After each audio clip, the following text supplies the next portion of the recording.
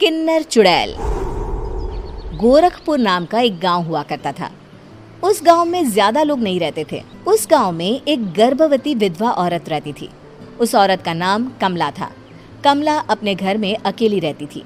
उसके पति की सारी जायदाद उसके नाम हो गई थी, पर सभी गांव वाले उस औरत को मनहूस औरत समझा करते थे और सभी उससे नफरत किया करते थे। एक बार कमला राशन की दुकान पर खाने का सामान खरीदने जाती है। भैया जी, जरा 1 किलो दाल चावल देना। अरे हाय हाय हाय हाय हाय! अरे मनहूस औरत, मेरी दुकान में अपशुगन करवाने आ गई क्या? हैं? चल जा यहाँ से, मैं कुछ नहीं देने वाला हूँ तुझे। भाग भाग यहाँ से, चल जा, निकल। भैया जी, ऐसा मत कहिए, मैं गर्भवती हूँ, मुझे खाने की बहुत जरूरत है, मुझे खाना दे दीजिए। दुकानदार कमला को वहाँ से धक्के मारकर भगा देता है। तभी कमला रोते रोते उस गांव के किन्नरों के इलाके में आ जाती है। गांव वाले किन्नरों को उसी इलाके में रखा करते थे, क्योंकि वो लोग किन्नरों को पसंद नहीं करते थे और उनके इलाके में रहने से मना करते थे। तो किन्नरों ने उसी गांव में अपना एक इलाका बना लिया था। जब किन्नर लोग देखते हैं कि एक गर्भवती महिला रोते रोते उनके इलाके में आ गई है, तो सारे किन्नर कमला के पास जाकर उसका हाल पूछने लगते हैं। क्या हुआ बहन, तुम्हारी गर्भवती अवस्था में इतनी बुरी हालत कैसे? तुम रो क्यों रही हो? तुम डरो मत, हम तुम्हें कोई नुकसान नहीं पहुंचाएंगे। तुम शांत होकर सब बताओ कि हुआ क्या है। मैं कमला हूँ, मैं गांव के दूसरे इलाके से आई हूँ। 2 महीने पहले ही मेरे पति की मौत हुई है। मुझे गांव के लोग मनहूस मानते हैं, क्योंकि मैं विधवा हूँ और गर्भवती भी। वहाँ के लोग मुझे खाने के लिए कुछ बेचने के लिए भी तैयार नहीं, जिससे मेरा गुजारा नहीं हो रहा था। कोई बात नहीं कमला, हम तुम्हारा ख्याल रखेंगे। किन्नर लोग कमला को एक खाली घर में रहने के लिए जगह दे देते हैं और उसकी देखभाल भी करते हैं। कुछ ही महीने बाद कमला अपने बच्चे को जन्म देती है, पर अफसोस, कमला बच्चे को जन्म देते ही अपनी जान गंवा देती है। जब सब किन्नर बच्चे को देखते हैं तो बहुत खुश हो जाते हैं, क्योंकि वो बच्चा भी किन्नर ही था। कमला ने एक किन्नर बच्चे को जन्म दिया था। अब इस बच्चे की देखभाल कौन करेगा? हम तो इस बच्चे को गांव के दूसरे इलाके में भी नहीं भेज सकते। और तो क्या हुआ, इस बच्चे की माँ नहीं रही तो हम इसे पालेंगे। अब ये हमारे इलाके में रहेगा, हमारे साथ रहेगा। फिर वो किन्नर उस किन्नर बच्चे को गोद ले लेते हैं, उसका नामकरण कराते हैं। उस किन्नर बच्चे का नाम शक्ति रखा जाता है। देखते ही देखते शक्ति बड़ी होने लगती है। उसके रंग रूप बहुत सुंदर थे। वो बहुत सुंदर किन्नर दिखती है। एक दिन शक्ति एक किन्नर से पूछती है, माँ जी सुनिए ना, ये गांव के दूसरे इलाके में भी तो लोग रहते हैं, तो हम वहाँ क्यों नहीं जाते? हम उनसे अलग क्यों रहते हैं? शक्ति, क्योंकि वो लोग हमारे जैसे नहीं, वो लोग हमें पसंद नहीं करते, इसीलिए हम उनसे अलग रहते हैं। क्यों? वो हमें क्यों पसंद नहीं करते? मुझे एक बार उस इलाके में जाना है, मैं एक बार वहाँ जाकर घूम कर आऊं। शक्ति, खबरदार, जो तू उस इलाके में कभी भी गई तो अपनी जान नहीं गंवाना चाहती तो उस इलाके में कभी कदम भी नहीं रखेगी, समझी? इतना कहकर वो किन्नर वहाँ से चली जाती है। शक्ति उस किन्नर की बात सुनकर बहुत रोती है। माँ जी, ऐसा कैसे कह सकती है? उन्होंने इतनी सी बात के लिए मुझे इतना डांटा। अब तो मैं उस इलाके में जरूर जाऊंगी। फिर एक दिन शक्ति गांव के दूसरे इलाके में चुपके से जाती है। ये लोग तो हमारे जैसे ही इंसान हैं, तो ये हमसे नफरत क्यों करते हैं? जब शक्ति उस इलाके में पहुंचती है तो गांव के सारे आदमी उसके रूप से मोहित हो जाते हैं। वो लोग ये अंदाजा नहीं लगा पाते कि वो किन्नर है। शक्ति की सुंदरता देखकर सारे गांव वाले उसकी तारीफ करने लगते हैं। तभी गांव का चक्कर लगाने गांव के जमींदार का बेटा हर्ष वहां पहुंचता है। हर्ष भी दिखने में बहुत सुंदर होता है।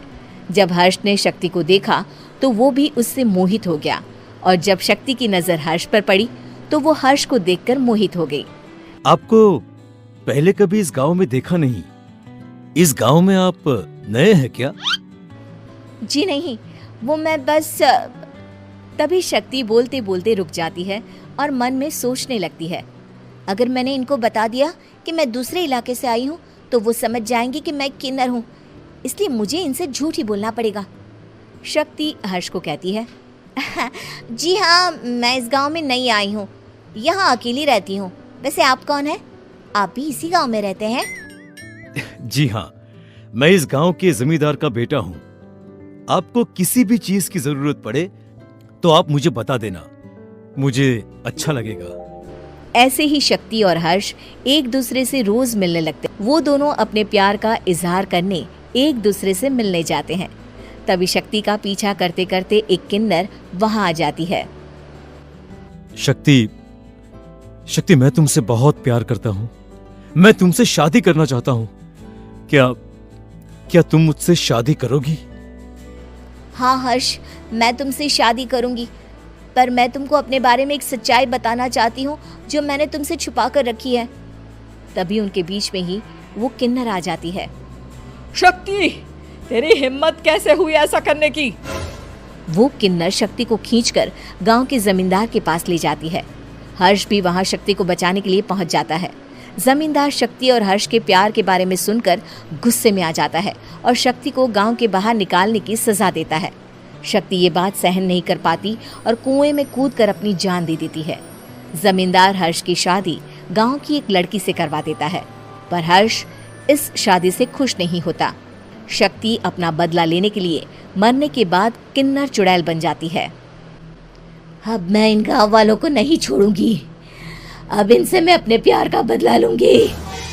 किन्नर चुड़ैल गांव वालों को परेशान करना शुरू कर देती है। एक बार वो रात को गांव के खेतों में पहुंच जाती है और वहां आग लगा देती है। सारी फसल जल के राख हो जाती है।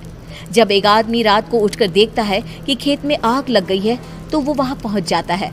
वो देखता है कि खेतों के बीचों बीच एक किन्नर चुड़ैल खड़ी है और वहां खड़े होकर ताली बजा रही है। गांव वाला किन्नर चुड़ैल को देखकर बेहोश हो जाता है।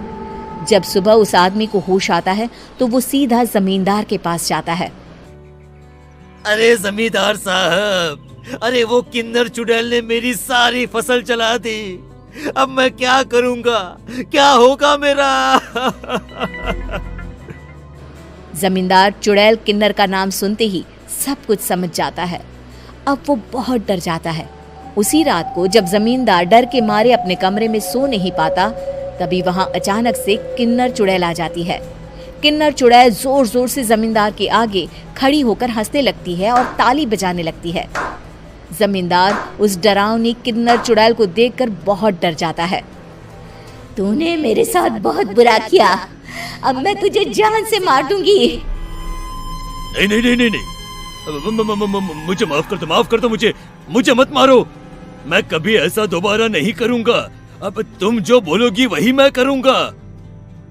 ठीक है, मैं चाहती हूँ कि किन्नर इलाका गांव के इलाके से जुड़े और गांव का कोई भी आदमी किन्नर समाज से द्वेष ना करे, उससे नफरत ना करे, नहीं तो मैं सारे गांव को मार दूंगी। और तुम गांव में एक नया कानून बनाओ कि अगर किसी ने भी किन्नर समाज को हानि पहुंचाने की कोशिश भी करी या इनसे भेदभाव करने की भी कोशिश करी तो उनको कड़ी से कड़ी सजा मिलेगी। हाँ हाँ हाँ हाँ, मैं ऐसा ही करूंगा। तुम जो बोलोगी वो मैं करूंगा, पर मुझे जाने दो प्लीज। तब वो किन्नर चुड़ैल वहां से चली जाती है। गांव का जमींदार किन्नर चुड़ैल का कहा मानते हुए दोनों इलाकों को एक कर देता है और नया कानून भी लागू कर देता है। तब से वहां किन्नर समाज और बाकी गांव वाले शांतिपूर्वक रहने लगते हैं।